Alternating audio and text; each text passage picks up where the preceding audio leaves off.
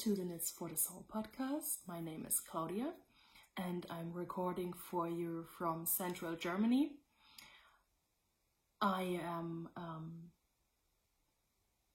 a single mom. I totally forgot my intro. I recorded this 3 times and every time I had to yawn or I had to laugh or I had to sneeze. Okay, sorry, I'm again messing it up. So my name is Claudia. I am the host of this podcast. I am a passionate knitter, a single mom, a dog owner. He's sleeping right there, so if you hear noises, then he's, stretching exaggeratedly and, well, telling the whole world that he has a wonderful life. So, welcome back if you are a subscriber or a returning viewer. If you are a new viewer, welcome. So as everyone else, you will get the hang of it that I'm not prepared ever, that I'm just making this up as I go. And this is a podcast mainly about knitting, but I do tend to talk about the books I read and sometimes about journaling as well. So this episode will be about my finished objects, about my current whips and yarn. And there will be another episode. I'm not sure if I will combine it with a normal podcast episode, but there will be a buddy read again with my friend Eve from the channel Books of the Wild Waters. And we will record this later today. Today is Monday, Easter Monday, and I hope you all of you who celebrate that, you had a very nice weekend. So we had nice days previous to today, because today it's snowing, even in the center of Germany. So I saw that my friend Margit from the Little Cabin Knits podcast in Norway had about 15 centimeters of snow overnight. I saw on Instagram that Lerke of Fiber Tales had snow in Denmark as well. And my friend Eve in London said they had rain and snow today as well in the morning, but snow now, at noon. Well, so I hope the light is halfway okay, because, well, it's kind of grayish, gloomy outside and there are still flakes coming down. Yeah, so yesterday would have been an amazing day to podcast. I was sitting outside on my terrace and thinking about, do I get out the equipment and podcast from here? You would have had all the birds in the background and that would have been really nice. But I did no such thing. I relaxed the whole day. It was a perfect day. And we had a little campfire in the evening and, oh God, what is that in English? We made, the bread on sticks stuff. Stockbrot. It's just in German, so maybe it's the same in English, I don't know. So we had that, and I think we sat outside maybe until 9:30 p.m. That was really nice. Yeah, I also finished 2 books this weekend because I couldn't put them down, and I also finished a work in progress. Well, not that I did so much on it, but, well, you will see in a bit. Okay, kind of housekeeping now. Thank you to all the new subscribers. I actually figured out that I can see that if someone subscribes to this channel. I didn't know that before, but I found that tab in the app. And says, oh, what is that? Okay, so now I not only see the comments, but also the subscribers. So welcome and thank you. And yeah, also thank you to everyone who commented on the previous and also past episodes. It's really making my day every day. I read those. It's wonderful. Thank you. Yeah. Okay, so let's get on with the knitting, because this is a knitting podcast. In the previous episodes, I talked about a hat I was working on, and I've been knitting that out of some very rustic yarn. Which episode was it? I bought a lot of rustic yarns from Endangered Sheep Breeds from a German website. So I showed you all those yarns in one of the other episodes. I will try to find that one and link it somewhere, wherever here. And one of those yarns is the Melt yarn.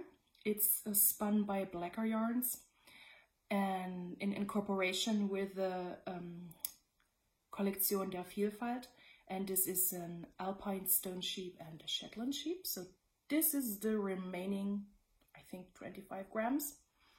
Because I used, if I remember correctly, 1.5 skeins of this for the classic ribbed hat by Pearl Soho. Oh yeah, it was Pearl Soho. So yeah. So it is not blocked yet, but I've cuddled it already so that it got some kind of a halo already. So it's going to be amazing. And yeah, so it's very long. I did it. Oh, I still have to weave in the end. Exactly like the pattern.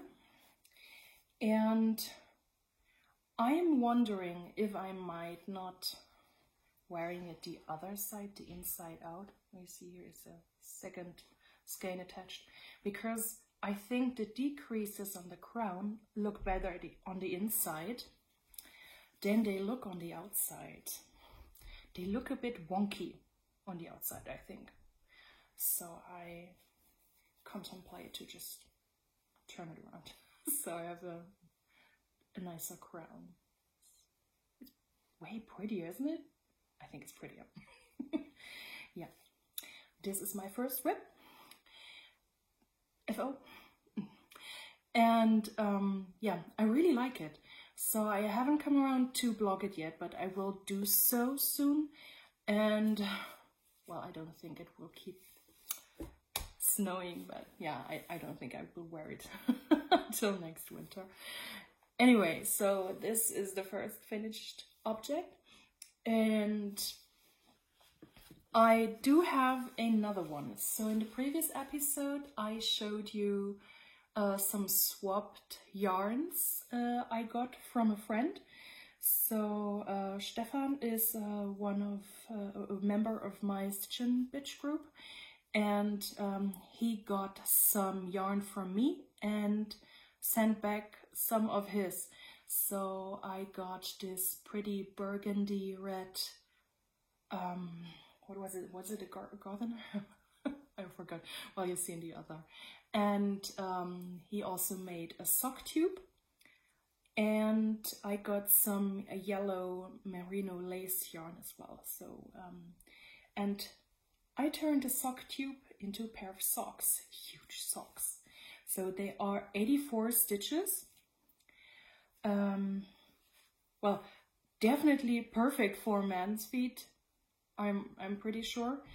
And I didn't want to waste any of it, so I really just cut it in half and made very big socks. So I would never knit such a long leg if I would knit them on my own, so by hand. But if you get them like this and you just have to add the toes, the heel and the cuff, I think it's worth it. So They are on a sock blocker, but my sock blockers are for a size European 40. So this is bigger. I usually knit, I think, well, it really depends. If you have a light fingering or fingering weight yarn, sometimes they're thinner, but to accommodate my high instep, I usually knit a 70 stitches sock, sometimes 72 stitches, which is quite a lot of stitches, but I'm a tight knitter, so my gauge is very small. And yeah, so I just need a couple more stitches. So this is 84 stitches. Look at that, like it's huge. So to determine where to put the afterthought heel, I counted from another sock and also measured. I think I could have gone down maybe even 5 rows. So this is 70 rows here. I could have gone down to 65 actually, because it's a bit too long when I put it on, but it doesn't matter. And a sock tube with those 84 stitches was okay to have an afterthought heel in because of my instep. So yeah, it's not cinching in so much because there are enough stitches, and I didn't put in a mini instep or anything, a mini gusset or anything. So but usually I have a heel and gusset, heel flap and gusset version in my toe up socks to accommodate that, but here it wasn't necessary. So yeah, so you see this is a bright neon green I put here as accents, and this is the yarn. It's a hand-dyed yarn. I bought this in 2013. I had to check in my stash and Ravelry. I had 2 skeins of this. One skein I used in my Enchanted Mesa sweater by Stephen West. And I had this left over and always wanted to knit a pair of socks in this amazing color. And I didn't come around to it yet, but I still can do it because it's still 75 grams left. So for toe and heel and calf on those 2 socks, I only needed 15 grams of it. So that's not much. Yeah. So, and it's a really easy thing. So I counted the rows I had on the sock tube and divided it just 50-50, and then measured, I knit the heels and the cuffs, and then I measured how much I would need until I can place the heel. And if you check, so the striping is perfect. I didn't even consider that, so I just cut it in half and started to knit. I didn't even check where I put the toes. I didn't. I just did, and coincidentally, the perfect striping happened. Yeah. And well, so the afterthought heel is basically just another toe, yeah, with the decreases. So you have knit 2 togethers, and as this case, nothing special. It's really easy. So yeah, this was, I think I started somewhere last week, and but I did this one sock only just on Saturday and Sunday, so knitting here and there, so then bam, it was done. Threads woven in as well. Yay! So thank you, Stefan, for those amazing this amazing sock tube. I asked him and he doesn't remember what yarn it is, but it was just some chain store sock yarn, something 75-25, and yeah, but I really like it, and I think the yellow, the yellowish green, the neon green, fits perfectly. Yeah, so I have a new pair of socks. Oh, and yeah, was it the last episode I showed you my Oni socks in DK? So I've knit them in the where is it? In some Lima yarn, in this one, and I've worn it this week when I worked and sat at the computer, and so they're already quite worse for the wear. But really nice and warm and comfy, and I just will need to get the what is it, the pill remover on them, and yeah, make sure not to put them into the washing machine. Yeah, okay, so those were my finished objects. As I had a lot of work and I did read a lot last week, so this is a lot of knitting consider the circumstances. So, and then I have a work in progress. So, you know, there are a couple of others I put aside to get, well, all the projects I had starteritis for done. This is the yellow lace yarn I got from Stefan as well. I'm holding it double and knitting them on a 6.5mm needle. So because I usually knit on Chow Goose red lace, but I didn't find my 6.5. No idea where it is. So I pulled out some Knit Pro Zing is this, the colorful, so it's really nice. Yeah, but I don't like their cables. They're so, well, they're not so nice. So the red lace cables from Chogu, they are memory free because they have this steel core and then the, well, what is this, the rubbery silicone covering around it, so they're memory free, so I really like them. And well, so this is how far I've gotten, yeah, with knitting here and there since I think last Wednesday, so it's not far. Though the needle is so big, I have a feeling this is not growing at all. This is the Playful Shawl by Meg Bexby. I hope I pronounce that correctly.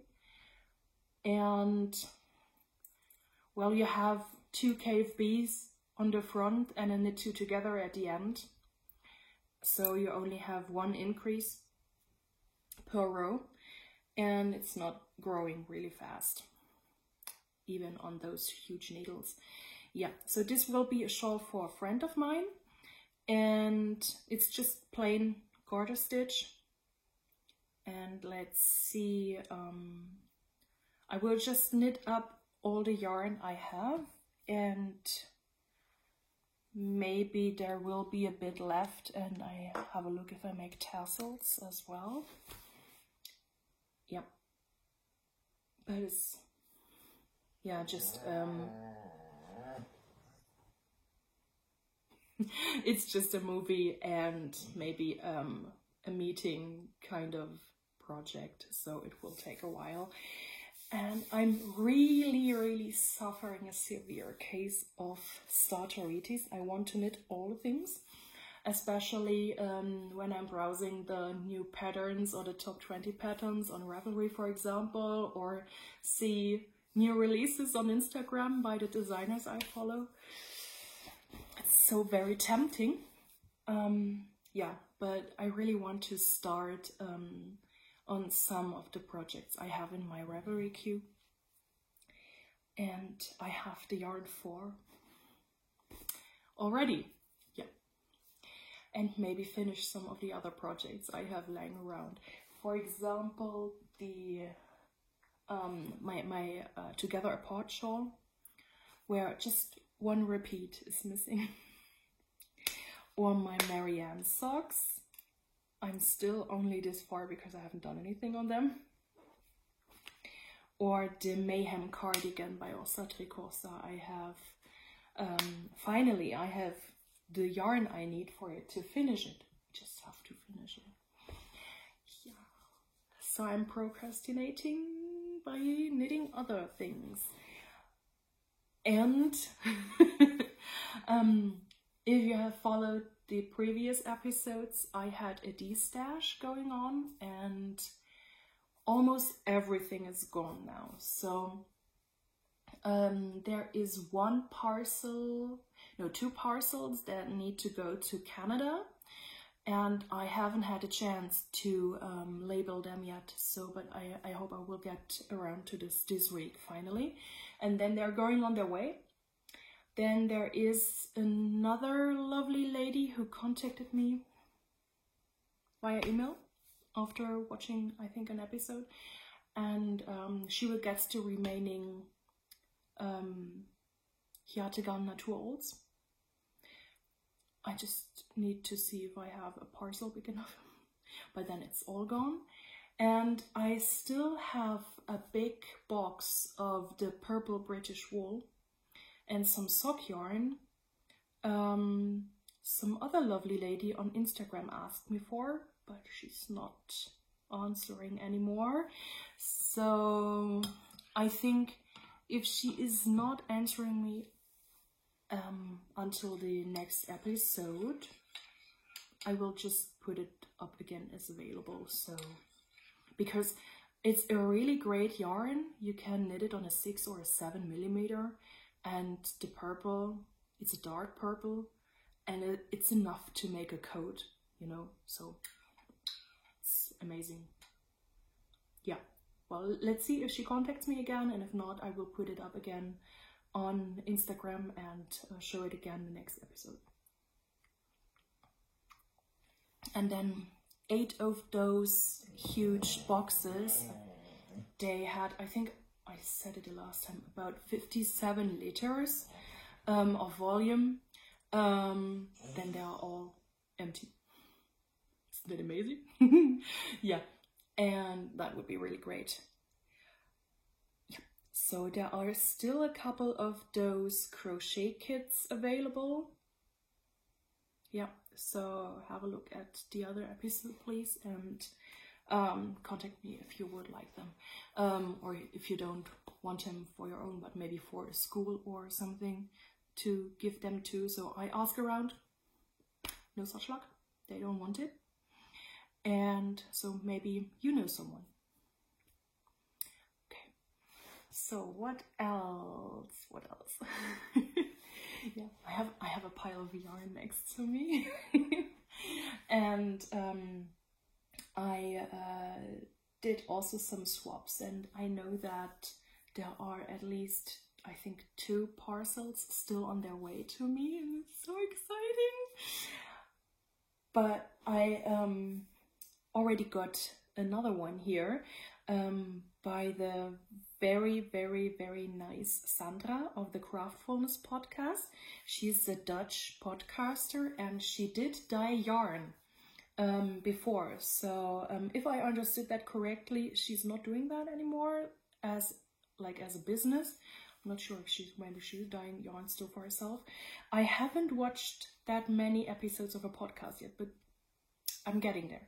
So yeah, if you don't know her, please check her out. She's knitting the most amazing sweaters. That is so wow.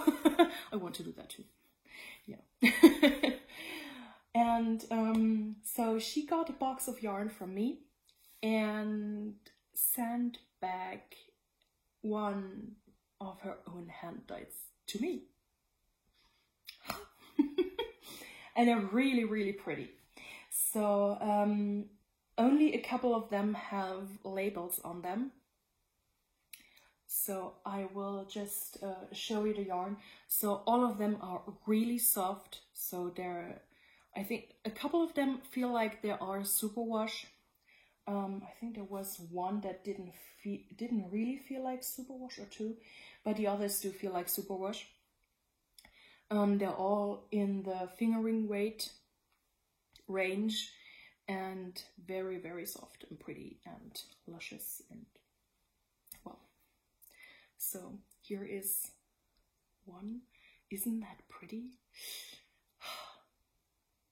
It's really nice. And then there is, this is really my color scheme. Like if you have those orangey, mustardy stuff and turquoises, this is so great. Look at that. So cool. Yeah. I'm racking my brain what I will do with them. They're all so nice. So here is one with one of her labels on. Okay, I see that mirrored. I hope you have this in the right way. So Sandra is called Craftfulness, and she has had an Etsy shop, but I don't think that is online anymore. So this is an MCN, an 80 wool, 10 cashmere, 10 nylon yarn with 100 grams and 400 meters. It's really nice. Very sunny. And here is another one with her label, and this is 100% merino, and it's a Falkland merino, and you can really feel that it's a bit, it has more grip, if you know what I mean. So this is really my kind of color. It's so nice. Yay. And this is a bit, I think this is a non-superwash, but I'm not sure. It feels that way. This is so springy, spring-like, so pretty. I really want to cast this on, but I have no idea what to make with it. So I think socks would work with this yarn, and it's so beautiful. Yeah. And then I think this is a naturally dyed one, because I think I saw one on her in her projects. So it's very subtle, but so beautiful. And this is not fingering. I think it's a rather worsted, but it's really nice. And then there is another one. I think I dyed something like that a couple of years ago as well. So this is a color I would have dyed as well, maybe with a bit more color spectrum, but this is so nicely muted that you could make a really nice pair of socks with them, for example, you know, with lots of structure, and it wouldn't get lost. It's really pretty. So, and then there is, this is from another dyer. She's called Dutch Wool Diva. I think I found her on Ravelry, but she's probably also on Instagram, I'm not sure. So her website is Dutch Wool Diva NL. And this is the Diva Sock Glitter in the colorway Rusty Wheels. And it's 70% superwash merino, 20 nylon, and 5% is the silver, the glittery. Do you see that? Yeah. Ooh, that's nice. Yeah, it's also 100 grams and 400 meters. And this is also very, very pretty. Oh, can't wait to cast this on. Yeah, so, and then I think she said this one is from an American hand dyer, but she forgot who it was. And this is from a UK dyer, I think. What did she say? I had a card. Where's the card? Oh, this is.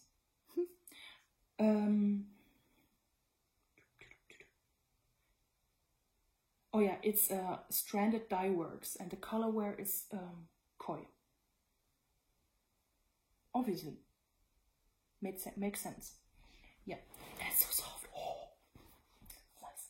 And then I think my favorite Hank she sent is this one. It's perfectly jewel toned. It's so beautiful. I really like it. That's so pretty. Obviously my dog thinks so too. That was a fight to open the parcel and to have a look at the yarn and just marvel at it, because the dog kind of wanted to crawl into it, and he tried to steal each and every skein, everyone. So he's it seems like very knit-worthy dog, and he loves yarn. So I don't know, maybe Sandra has a cat or a dog as well. I have to ask her. And he smelled it, or he just loves the smell of wool. I mean, I can relate. Yeah, so this is a huge pile of yarn, and so much for the de-stash, but it's really also wonderful and nice, and I can't wait to see what I will make with them. So a couple of them would also look really amazing in a shawl combined with one solid or semi-solid color. I think maybe some Westnitz design. Yeah. Okay. That's it for the knitting part. I will now prepare for my buddy read with Yvonne and another friend. We were reading The Midnight Library by Matt Haig together, and there will be a special episode, or in my case a part of next podcast episode, I guess, about this book. And yeah, I must say I really like this author. It was the first book I've read by him, and I'm since following him on Instagram, and I really do like him. So yeah, it's really nice. Sometimes I wonder how it would be if like classical authors would be alive nowadays and use Instagram and stuff like that. Like, what about Jane Austen? What would she post about? Or if she had a Twitter account, what would she tweet about? That would be so interesting. Yeah. I also did read a couple of really nice books the past weeks. And this weekend I had read 2 out of 3 books by, what is their name? I think it's Skye Wilson. Yeah. So I've read the first and the second book of this series called Married to the Devil, I think. And the first is Lucifer's Bride, and the second is Lucifer's Queen. And there are 2.5 weeks of wait now until the 3rd book of the trilogy, Lucifer's Fate, will be published. I really, really recommend you that series. It's so hilarious. The background story is really interesting, and I like how the author took this up and twisted and turned it. And I like all the innuendos to, well, philosophers, authors, scientists, and artists. And the curious people ended up in hell, obviously. And Jesus. So if you are a Christian, so please don't get that the wrong way. Yeah, it's fiction, and I did study theology as well, so, but I'm just seeing that as an entertainment thing. So in that book, Jesus is a bartender in a Las Vegas strip club, and I thought this is so weird that it's already funny again. And another one was that the devil was lying on a sofa and reading Stephenie Meyer's Twilight, and it's, yeah. So that is a fairly short episode this time. I will see how much I get done with the knitting, but next time will probably more about the book, The Buddy Read. I'm still glad you popped by, and I hope you enjoyed this episode. And let me see if I have a bit of footage with the dog, maybe a bit of scenery. And I wish you a pleasant week, and stay healthy, and yeah, enjoy your knitting. Until next time, goodbye.